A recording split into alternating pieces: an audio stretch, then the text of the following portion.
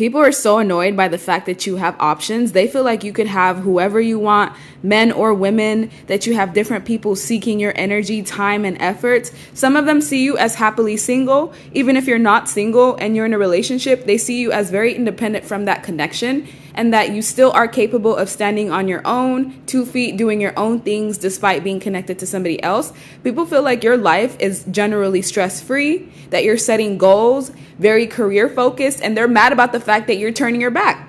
In people's eyes, you're turning your back on them. They feel like you're doing things your way, which is exactly what you're doing. And they're mad about the fact that you have freedom in your life. You're free to go wherever it is that you like. You're free to do whatever it is that you want to do. You're not confined by the same restrictions that affect most of your peers. And this causes them anxiety. I also feel like when you do feel anxiety, it's because you're absorbing certain energy that's around you. Some of you are prone to attracting a lot of liars, cheaters, people that are deceitful. And with Beware of the Charmer's Pact, you attract a lot of people that want to kind of give you these keys and empower you through dark forces. And the reason why they want to recruit you is because they see your power from within. And I feel like these certain individuals that come with ulterior motives, you already know to block them off. You already know that they're scams, that whatever they're selling is a hoax, and they know that you're going to block them off. It doesn't mean that they're not going to try anyways. You've also mastered the ways of cleansing your energy. You may be the type of person that has to continuously cleanse, just because you do attract a lot of negativity, a lot of stalkers, people obsessively watching you, stalking you, wanting to know your next move, wanting to know what's in your mind, wanting to get inside your brain. People that are very intrusive, and they pry, not just for information, but they pry to see what you have going on. Most people watch because they want to see you left out in the cold. They want to see you left and hanging dry. They want to see the earth angel, this is you with the wings. They want to see you get stomped on, because they feel like it's just not fair that everything seems to work in your favor, and they don't see everything that you've given to the collective. They don't see everything that you've given to your peers, to your community. They don't see everything that you've given with the whole heart. They just see you receiving. They don't see all the work behind the scenes. And for some reason, you being successful and you growing and you thriving makes people feel defeated. Maybe if they were focused on their own life and not yours, maybe they wouldn't feel that way. People are so mad about the fact that you don't get caught into mental mind games. You're far above the trickery.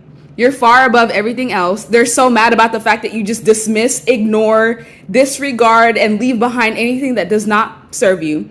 They feel like you're blind to them. They feel like they don't have any sense of worth to you because you don't care. They also know you don't care about the gossip. You don't care about the smear campaigns, the rumors. You know it's all tempt from jealousy. It stems from jealousy at the end of the day, and this is why people gossip and do all these things. Some of them do say good things, but for the most part, it is very petty conversations. And people also come to you under the guise of being loving, caring, nurturing, compassionate, of having so much to offer you. And then like 2 months in, they switch up on you. People are very sneaky in how they approach you. They know they cannot come to you in their natural self. They know they can't be boastful, and they can't be liars, and they can't be thieves. So they ultimately try to cloak their energy to get close to you, thinking that you're not going to feel the energy underneath. And people also want to catch you slipping. They want to catch you slipping. They want to have this on film. They want to have some sort of proof so that they can spread this amongst their people. But what they don't know is that you are going to bring mass changes into their life. Everyone that you encounter changes in some way, whether it's a small change or a massive change in their life. They become defeated because they realize that they mess with somebody that has a lot of power. With the Hierophant, you're closely connected to Source, closely connected to God. You receive downloads on a daily basis, weekly basis, of just information that can help humanity and can help the population. People despise the fact that your inner child is safe. Their inner child, they never learned how to heal those wounds or how to make themselves feel safe. So they see you and they want to get mad at you because you're content in your own life. People hate the fact that you're in the Queen of Wands energy. Very attractive physically. Your energy is attractive, energetic. You get the job done. You're efficient at what you do, and you juggle multiple things in the air at the exact same time. Some of you are juggling like business, children, household, family. You juggle a lot that would make anyone crumble, honestly. They don't understand how you do this. And at the same time, you still give to those that need help. You still, even having all of this, you're still giving, you're still humble at the end of the day. And this pisses people off because whatever image they have of you, it's completely false.